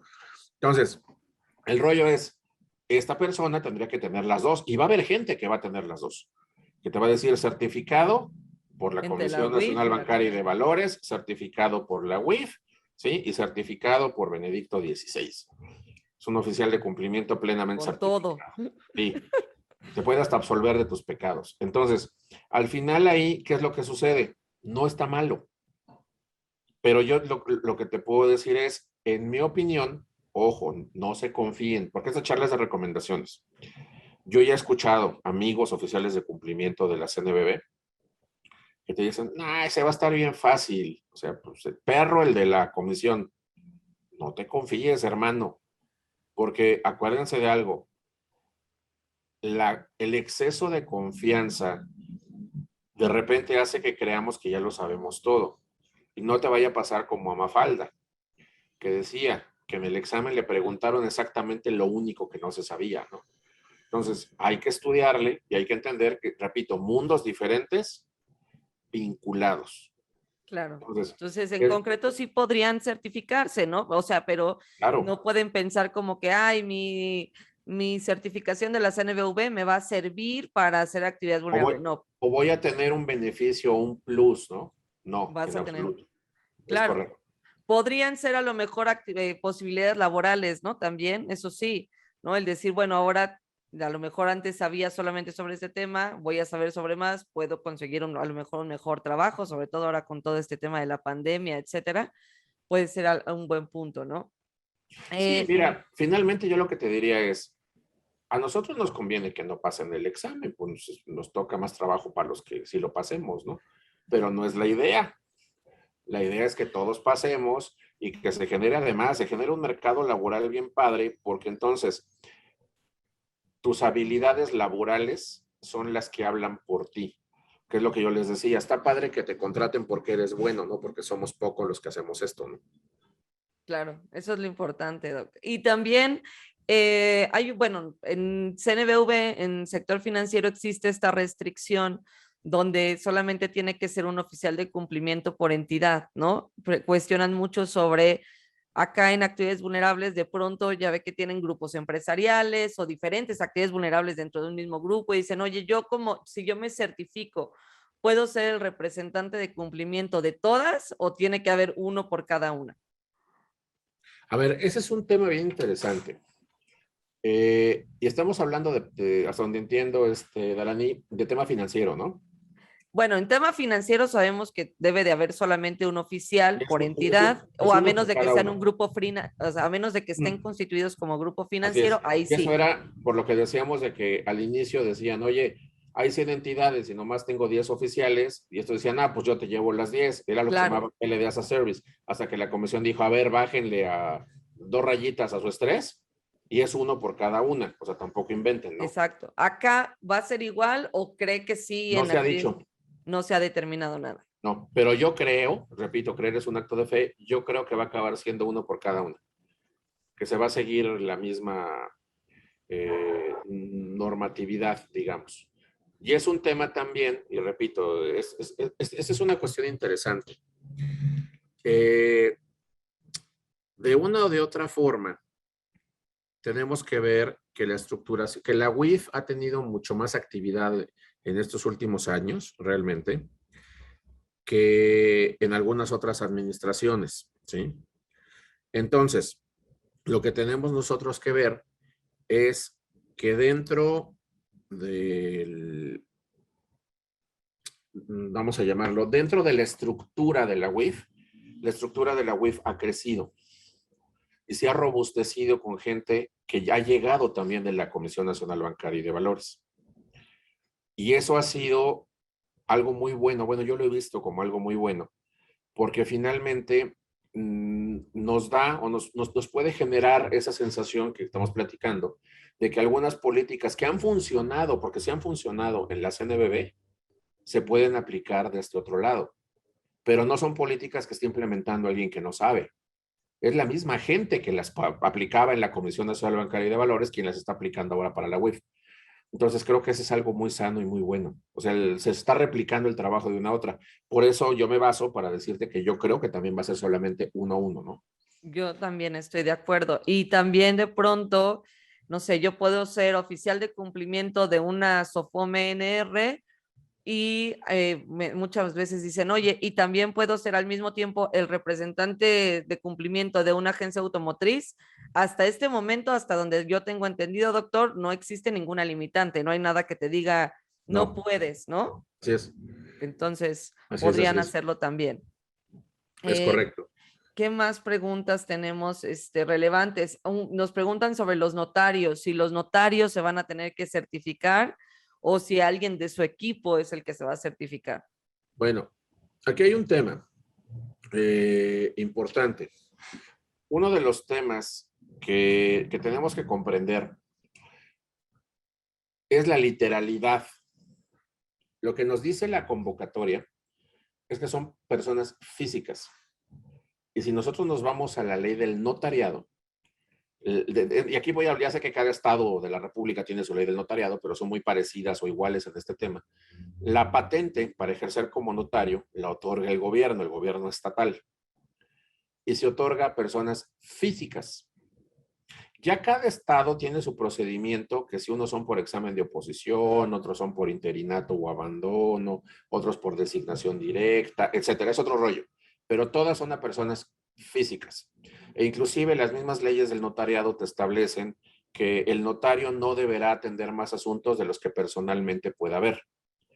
Entonces, eso nos deja claro que la actividad de la fe pública, igual los corredores, por ejemplo, que están en el mismo, digo, ya sé que están en distintas fracciones del mismo artículo, pero están en el mismo supuesto. Vamos a decir lo mismo, son mundos diferentes, pero vinculados. Los dos están en el mismo supuesto, son actividades personales. Que ellos se auxilien de un equipo es otra cosa, ¿sí? Entonces, la primera es, ¿tendrían estas personas que realizan estas actividades, que además en muchos casos son considerados auxiliares de la administración pública, están en el supuesto de poder someterse al examen de certificación? Pues sí. Ahora, que pueden operar a través, ya para el día a día cotidiano, el notario puede tener una persona moral, una SAS, una SADCB, una SC, sí, invariablemente. Entonces, respondiendo a tu pregunta, la cláusula tercera de la convocatoria, que es la que hace rato les mencionaba, en la fracción 1 nos dice que las personas físicas que realizan actividades vulnerables a las que se refiere el artículo 17 de la ley, ¿sí? Está dirigida esta certificación. Pues la respuesta es, a ver, la pregunta sería, ¿el notario está dentro del artículo 17 de la ley, realiza actividades vulnerables y es persona física? Pues sí, pues mi respuesta es que sí. Ahora, la primera parte de tu pregunta. La segunda, ¿tiene que ser el notario o puede ser alguien de su equipo? Yo sería de la idea, yo, de que tendría que ser el notario, yo, por la redacción literal que tiene el tema. Ojo, en la fracción, en el inciso A. Pero si me voy al inciso B, en la cual me dice, ¿qué tal que esa notaría? ¿Sí? Tiene una persona responsable encargada de cumplimiento que ya aceptó su designación conforme al artículo 20 de la ley. Pues entonces lo tiene que hacer la persona responsable del cumplimiento que ya aceptó su cargo, ¿no? Entonces, ese es uno de los temas que te podría yo decir. ¿Por qué? Porque si nosotros nos vamos, obviamente, a la ley, para la gente que nos está viendo, que a lo mejor se nos pierde un poquito en los artículos, recordemos que el artículo 17 está en la sección segunda de la ley que se llama de las actividades vulnerables y que empieza con el listado o catálogo de las actividades, que son estas que estamos platicando, que son las 16 fracciones, ¿sí? La que hemos platicado mucho, que es un verdadero lío, bueno, al menos en mi opinión, es la 11, que es un camote, por un tema de definiciones, que es la de prestaciones profesionales, y abajito viene la 12, con las dos fracciones, el A y el B, que es donde estamos ahorita, ¿no? Para ubicarnos. Pero si yo me voy en ese mismo capítulo, y abajo los demás me dice quiénes son las obligaciones que tienen y demás, y me voy al 20, en el 20 básicamente lo que me dice es que estas personas que están arriba, en el 17, y que sean personas morales que realicen actividades vulnerables, deberán designar precisamente ante la autoridad una persona que es el representante encargado del cumplimiento.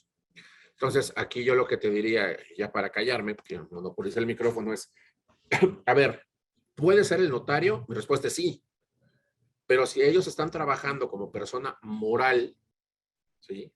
O sea, porque mucho, es más, casi todas las notarías, hasta donde las que yo he trabajado, te dan factura de una sociedad, pues deberían tener entonces un representante en términos del 20 y ese representante conforme la fracción, el inciso B de ese numeral de la convocatoria, el numeral tercero, pues podría ser el que está haciendo el examen. Ok, perfecto, Doc. Y bueno, en sí creo que en términos generales de todas las preguntas que nos han estado mandando, unas ya se respondieron con la plática que nos estaba dando y otras ya las resumimos de manera más concreta, ¿no?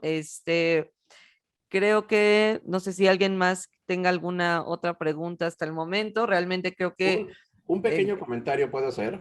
sí, claro, claro, doctor, es su Por ahí alguien que espacio, se esta es su ofendió casa.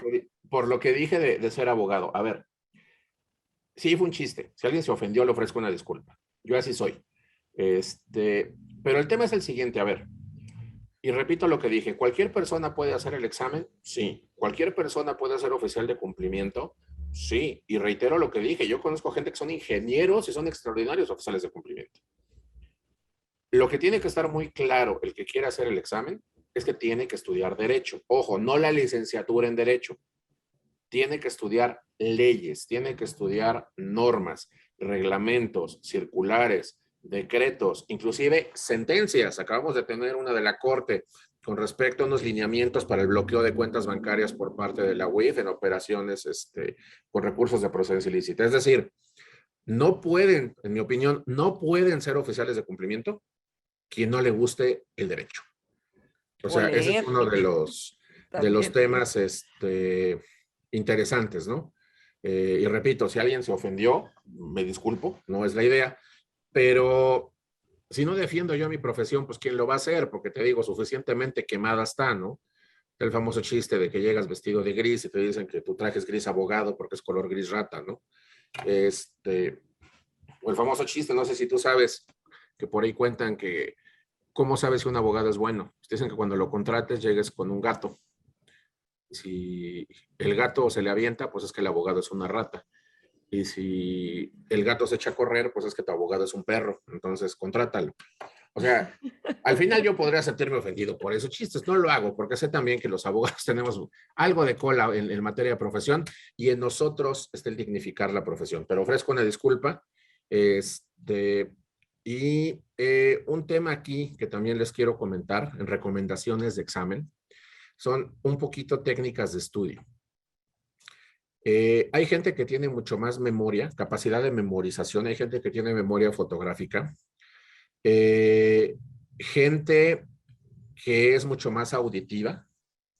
Yo conozco gente todavía a la fecha que habla cuando estudia y repite y repite y repite, pero es su forma. Y hay gente que le cuesta, por ejemplo, mucho trabajo el aprenderse cosas, se hace bolas. Por ejemplo, esto de las 40 recomendaciones, se hace bolas entre las 6 y las 5, no porque no sepa, sino porque confunde los títulos. Entonces, a ver, el examen tiene dos características importantes. Cualquier examen, y aquí va a entrar mi parte pedagógica.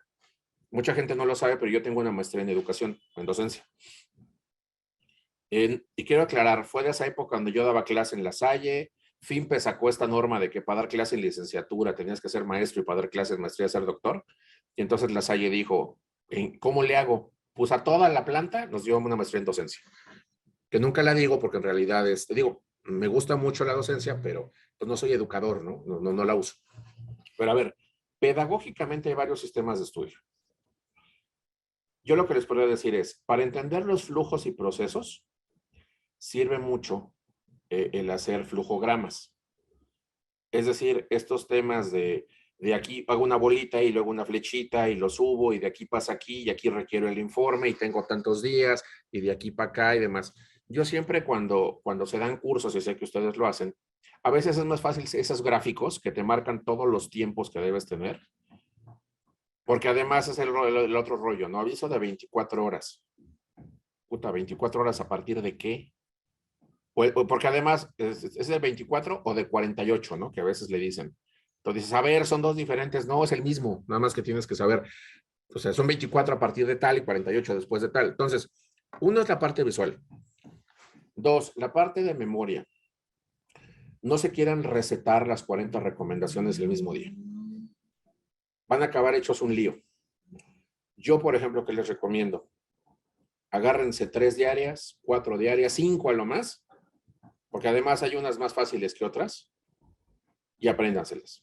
O sea, eso, o sea, y una vez que tengas ya dominadas esas, que no te fallen, pues te sigues con las demás. Recuerden cómo le hacen con las tablas de multiplicar con los niños. No te enseñan del 1 al 10 el mismo día, ¿no? Vas aprendiéndote de a poquito. Entonces tú empiezas a ver, recomendación 1, evaluación de riesgo y enfoque basado en riesgo. Ok. 2, pues, cooperación y coordinación nacional. 3, te iba a decir decomiso es la 4. La 3 es delito de lavado de activos. 4, decomiso y medidas provisionales. 5, delito de financiamiento del terrorismo. Ya cabeza esas 5. Todo el día las estás repitiendo. Ya que estás seguro que no te fallan, te avientas de las 6 a las 10. O sea, al final del día, yo creo que es una técnica, ¿sí? La tercera, que es bien importante, y a mí me sirve. Lo que no me aprendí en todo el día, yo lo leo antes de dormir. Y me duermo. Y por un tema interesante, de repente el cerebro se queda procesándolo y el día siguiente ya me lo aprendí. O sea, cada quien vea su técnica. Lo importante es que pase el examen.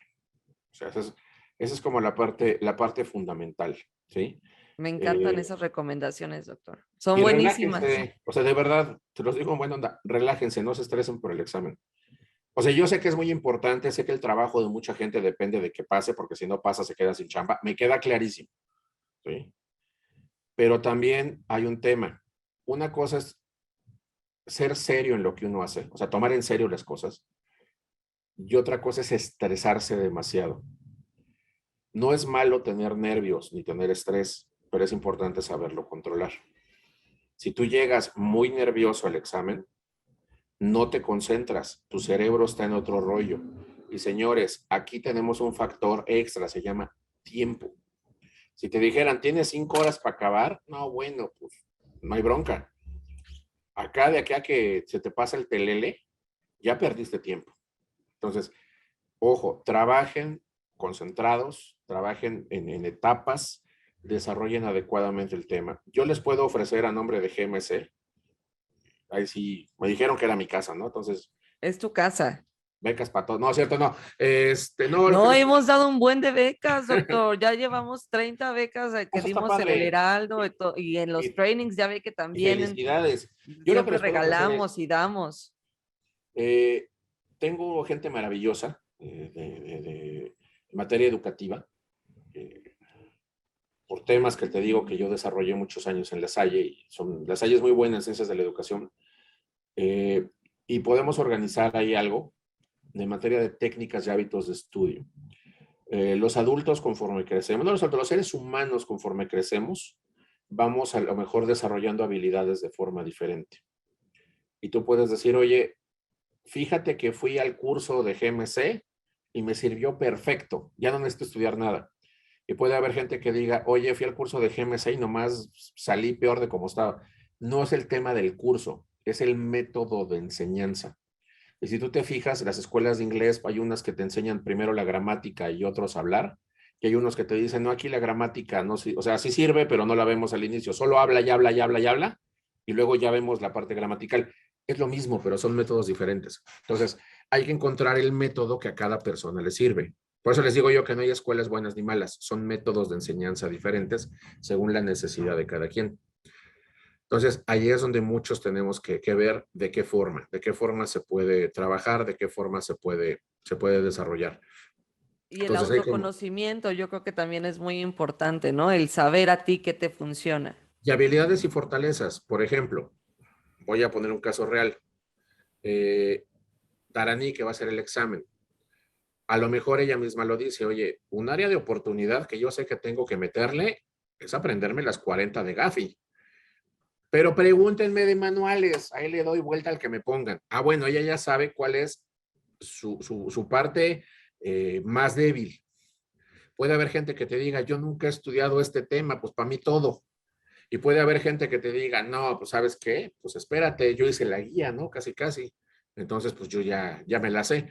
¿A qué es a lo que voy? Identifica dentro de lo que tú haces todos los días, porque no es lo mismo alguien que se dedica a la parte de manuales que se dedica a hacer auditorías, tú lo sabes. Sí, a veces ahora, doctor, llegan oficiales de cumplimiento que dicen que ya son auditores y digo, no me digas eso. Son, Entonces, ¿qué son sucede? Pues cosas tú ya sabes, diferentes. sí, dónde tienes esas áreas de oportunidad y dónde tienes que estudiar más. Porque en unos a lo mejor es dar un repaso para recordar la parte técnica. Ah, es el artículo tal y el numeral tal. Hubo por ahí una adecuación fina. Y hay otras donde tienes que aprenderte desde el principio todo. Entonces, yo creo que el identificar esa parte es muy, muy, muy importante y muy interesante.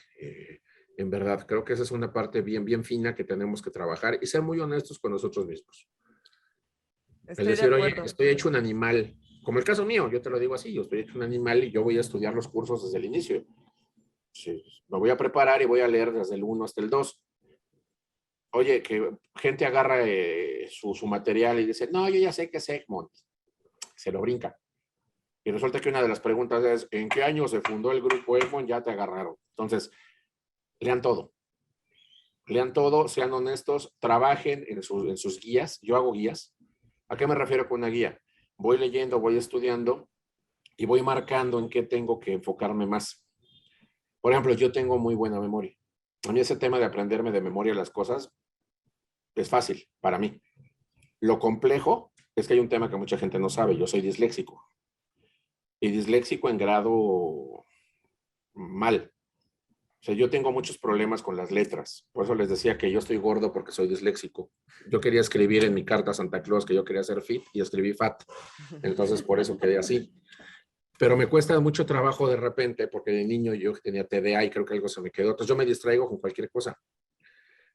Por eso te digo, cada quien tiene que estudiar según el tema, pero el consejo es el mismo. Relax, tómense un cafecito, lo que les guste. Hay gente que me dice, oye, yo me sirvo un roncito y estoy estudiando.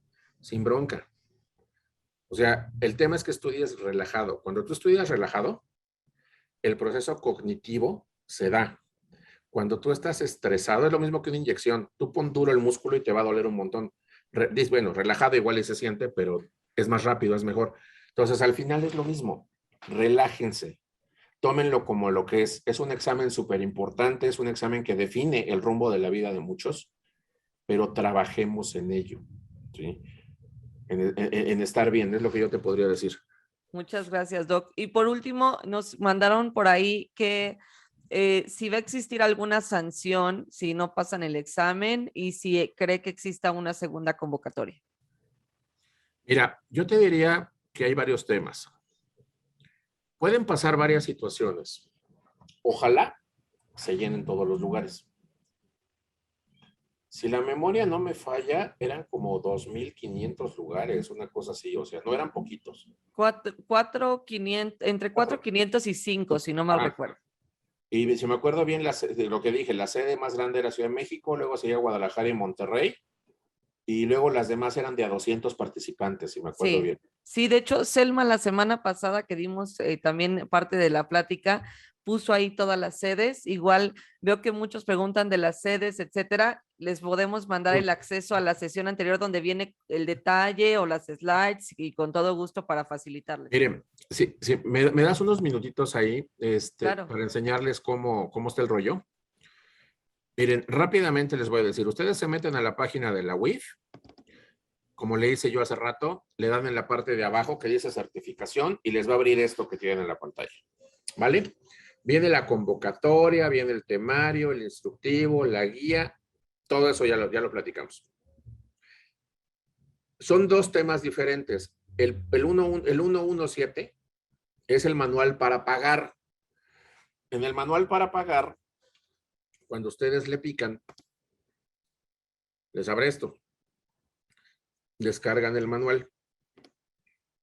O lo abren, lo que ustedes quieran, ¿no? Y aquí te dice cómo vas a trabajar. Ojo, el pago no se hace en la página de la UIF, ¿ok? Que quede claro. Se hace en una página que es de la ANUYES, que es la entidad que aplica el examen. La Asociación Nacional de Universidades e Instituciones de Educación Superior. Entonces, te tienes que meter a esa dirección que ahí viene, llenar un bueno, aceptas términos y condiciones, llenas un formato con tus datos. Lo que es súper importante es la CURP, porque este proceso se identifica por CURP y te va a dar una hoja de apoyo, una hoja auxiliar para que tú puedas pagar. Importante, no se puede pagar en ventanilla, ni en OXXO, ni en efectivo. Tienes que meterte a una plataforma bancaria, dar de alta la cuenta clave o el número de cuenta, según sea tu banco, realizar el pago de los 6,500 y en el concepto de referencia poner tu CURP. ¿Sale? Ahora, David, ¿yo me puedo inscribir al examen sin haber pagado? No, porque uno de los documentos que te piden que cargues es el comprobante del pago. ¿Ok? Entonces, ese es uno de los primeros temas que les quería yo comentar, lo del pago. Segundo rollo, o segundo tema, ¿sí? Tú te metes, me voy a regresar a la pantalla que teníamos, ¿dónde anda? Acá está. Ay, ya la perdí. Aquí está. A ver, la comparto. Segundo asunto. ¿Cómo me inscribo al examen? Bueno, le picas aquí donde dice el 1.1.8, solicitud para el ingreso. ¿Sale? Le das aquí para empezar registro. Y aquí te va a pedir un nombre de usuario y una contraseña. ¿Ok? Ahí hay de dos. Ya tienen uno o tienen que generar uno. Si no lo tienen, ¿sí? Le dan aquí abajo donde dice registrarse como usuario y empiezan a crear una cuenta nueva. ¿Qué les va a pedir? Aquí está el formato. Un nombre de usuario, una contraseña y tus datos normales que te pide casi cualquier tema. ¿Sí? Le das crear cuenta nueva y te va a llegar a tu correo electrónico una liga en donde tú validas que esa cuenta, sí efectivamente, pediste que se diera de alta, ¿no? Ese es uno de los temas, digamos. Segundo supuesto. El segundo supuesto es que precisamente tú ya generaste, ¿sí? Un usuario y contraseña. Entonces, cuando tú ya generaste precisamente un usuario y contraseña, lo que tienes que hacer es ingresar con ese usuario y contraseña y empezar a cargar precisamente, ¿sí? Vamos a llamar el sistema a través de los documentos que te van diciendo, que es un formato, bueno, son 3 formatos de cartas que te piden. Es más, déjenme se los enseño. No los tengo ahorita en en digital, pero aquí se los enseño. Yo los tengo, Doc. ¿Quiere que los Bueno, muestre? como que, digo, ¿qué quieres? Lo van a ver, pero una se llama aceptación para recibir notificaciones. ¿Qué se hizo? ¿Qué hice al menos yo? Las imprimí, Se llenan las a mano, ¿no? llené, sí, la llené a mano, la firmé, la escaneé. Ojo, no te acepta formato de fotos. Tiene que PDF. estar en un formato, yo la subí en PDF, ¿sí? PDF blanco y negro, tamaño Ajá, reducido de más de así es. 150 kilobytes por página. Viene la carta bajo protesta, que también la bajas, le pones fecha, tu nombre y tu firma. Viene la solicitud de obtención del certificado, que es lo mismo, le pones nombre. En todas te van a pedir el RFC con homoclave. Viene aquí la firma. Y ya de ahí para adelante, pues nada más lo demás es tu identificación, tu comprobante de estudio. Te digo, en el caso mío yo subí la cédula profesional por ambos lados. En el caso mío subí mi INE. Te piden un comprobante de domicilio y el certificado de que ya hiciste el pago en el banco. Todo lo subes, le das guardar y listo. Ahora, un tema bien importante. Vas guardando documento por documento y te va llegando un correo que dice, usted ha subido tal documento a la plataforma. A ver, no da folios de registro al final. O sea, cuando ya terminaste de subir todo, no te llega un correo que diga, usted ya subió todo. No. Yo pregunté porque me quedé con la duda y lo que me dijeron es, lo que sucede ahí es que la UIF, a través de su área respectiva, verifica los documentos y verifica obviamente que alguien que esté en listas negras o alguien que no debe hacer el examen en términos de la convocatoria, pues no lo esté solicitando. Vea que no le metan gol, pues, que de repente el Chapo Guzmán no vaya a estar certificado, ¿no? Entonces, una vez que revisan eso, te deberá llegar un correo que diga, pues su solicitud ha sido aceptada. Importante, en ese momento es donde seleccionan ustedes su sede. Ahí te dicen dónde lo quieres hacer. Entonces, ya ahí tú le pones en Cancún, en Mexicali, en Ciudad de México, en Veracruz, donde Mérida, donde quiera. Querétaro ¿Sí? también, que ahí están Ajá. preguntando, también ahí en Sí, Querétaro. sí, sí. Pero ojo, ahora nos preguntan aquí, ¿hay un formato base para el CV? No. Yo lo pregunté también con amigos, cada quien subió el formato que tenía. Por ejemplo, yo no subí CV, yo subí una reseña curricular, donde vienen mis datos, viene mi número de cédula y todo, pero no es un CV así que diga, trabajé en tal lado, logros obtenidos, jefe inmediato, no. Yo subí una reseña más concreta, eran 2 hojas, ¿sí? Y ahí fue como yo lo hice. Ahora, puede ser que al final yo me haya equivocado y me llegue un correo, porque eso lo contemplan. Si está algo mal, te va a llegar un correo que diga, oiga, todo está bien, pero resulta que sí necesito su CV en extenso. Bueno, pues ya lo tendré que subir.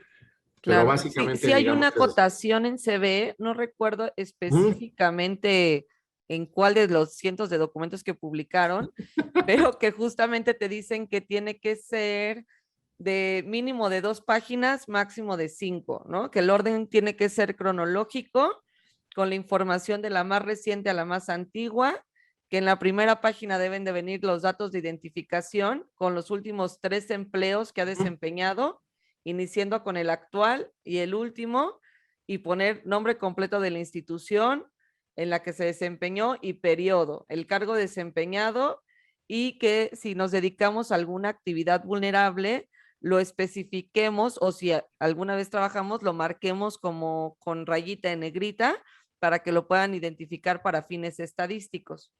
En realidad te cuento, lo que yo subí cumple con todo.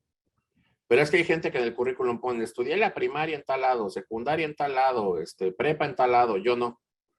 Yo me fui a específicamente una reseña curricular de materia de prevención del lavado de dinero. O Claro. sea, tan, así de sencillo, ¿no? El tema porque hay gente que te puede pedir referencias a tal número. No, pues si no te están contratando, es un examen. Además, hay gente, por ejemplo, muchos de los que nos están viendo seguro tienen currículums ya. Enorme, sí. Sí, con tantos cursos que han tomado, y a mí me ha pasado, ¿no? Tiene un currículum de 7 hojas. En realidad yo no. Yo lo que hice, te repito, fue una reseña que cumple con eso, trae mis datos de identificación, todos los datos, obviamente mis últimos trabajos, el tema de la cámara, que obviamente pues, tiene mucho que ver con PLD, todo lo que hago. ¿Qué es lo que no viene? No viene en un modelo tradicional de currículum. O sea, porque ves que hasta se ve ya como, tú lo ves algo de lejos y dices, es un currículum. Claro. El mío está un poquito más moderno, digamos. Pero de ahí en fuera no pasa Pero nada. tiene toda la información, que es Toda la lo información más está importante, exacto. completita. Entonces, Porque creo me nos que, preguntaban aquí si había un modelo. No, no, ajá, porque subieron modelo de cartas, pero no subieron modelo de currículum. O sea, tú lo puedes subir en el modelo que quieras, pero que cumpla con todo eso, ¿no? claro, ok. Por acá también reiteran mucho los que acaban de salir de licenciatura, ¿no? Que están apenas recién egresados de licenciatura. Ya nos comentaste que también es viable que apliquen el examen, ¿no? Que pueden aplicarlo, que está Sí, abierto claro. siempre y cuando cumplan Está con los súper puntos bien. Hay una pregunta por ahí que también dice de otras certificaciones. de Miren, hay la unos, PICE, me parece, o algo así, por acá la vi. el PACHI, pero Fácil. también está el del colegio, el PCPLD. A ver, en el transcurso de esta historia que les conté al principio, como no había para actividades vulnerables no financieras una certificación, solamente estaba la de la CNBB, el Colegio de Contadores Públicos de México, el Instituto Mexicano de Contadores sacó una con el Ceneval, que es para actividades vulnerables no financieras. Y en Cámara de Diputados, también de esta legislatura, salió una certificación profesional de oficiales de cumplimiento de anticorrupción y demás. Digamos que la gente que lo tiene un plus, no en el examen, sino en el conocimiento. Mucho del conocimiento que viene del temario ya lo estudiaron. Inclusive la gente que estudió en el INACIPE, la especialidad en prevención del lavado de activo, de dinero, pues, tiene un plus porque ya estudió varios de estos temas o casi todos estos temas. Lo que ellos requieren ahí, pues es un refresh, digamos, ¿no? Y un tema más de memoria, de memorización y desarrollo. Son independientes, son aparte, pero realmente para actividades vulnerables no financieras, la que está sustituyendo a todo lo que había es la de la UEF. Así de sencillo.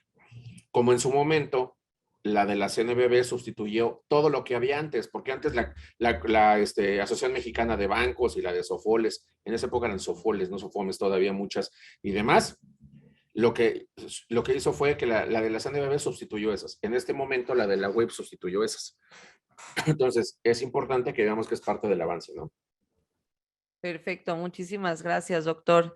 Y bueno, para cerrar, doctor, nos gustaría que nos platique qué viene para el YAO, en qué está todo este tema del YAO involucrado en este proceso que es tan importante, qué nos puede decir de las nuevas tendencias, qué está haciendo el doctor Merino, hacia dónde vamos, cómo podemos seguir, porque nos encanta estarlo siguiendo y que nos esté Mira, lo dando que te puedo decir es, información de primera mano. hoy en la tarde tenemos ya la última sesión del YAO de esta legislatura, de esos 3 años, a las 5. Y uno de los principales temas es el desarrollo de, de una agenda que se quede para la legislatura que sigue. Estamos trabajando en, pues como siempre, en temas de capacitación, generación de proyectos, en temas de anticorrupción, pero enfocados a cosas prácticas, ¿no? No cosas que se queden en la nube. Traemos un proyecto en conjunto con la Organización de las Naciones Unidas para la Droga y el Delito, un proyecto, o sea, está en proyecto, por eso lo digo, en el cual sacamos una convocatoria el día de ayer, que es para la conformación de un observatorio regional a nivel Latinoamérica, es la idea, para prevención de lavado de dinero en el entorno digital, todo lo que tiene que ver con criptoactivos, stablecoins, utilización de deep web, identificación de beneficiario final a través de plataformas digitales y tecnológicas, etcétera, etcétera, ¿no? Entonces, ese es uno de los temas y proyectos. Ahora, yo no sé si voy a seguir como coordinador del YAU. Esa es una decisión que toma la Cámara. Entonces, yo lo que hice fue desarrollar un proyecto personal que se llama Top Compliance, ahí lo pueden ubicar en todas las redes, así apenas está arrancando, en el cual nos enfocamos en temas de cumplimiento normativo y buenas prácticas, el famoso compliance, y en temas de PLD. PLD enfocado a actividades vulnerables no financieras. Realmente el sector financiero es un sector en el que, como yo te lo he comentado a ti en otras ocasiones, no es un sector en el cual yo me muevo, me desarrollo, pertenezco. Me siento cómodo cuando estoy, pero no soy experto en el financiero, ¿no? Entonces, es un poquito lo que hemos estado haciendo.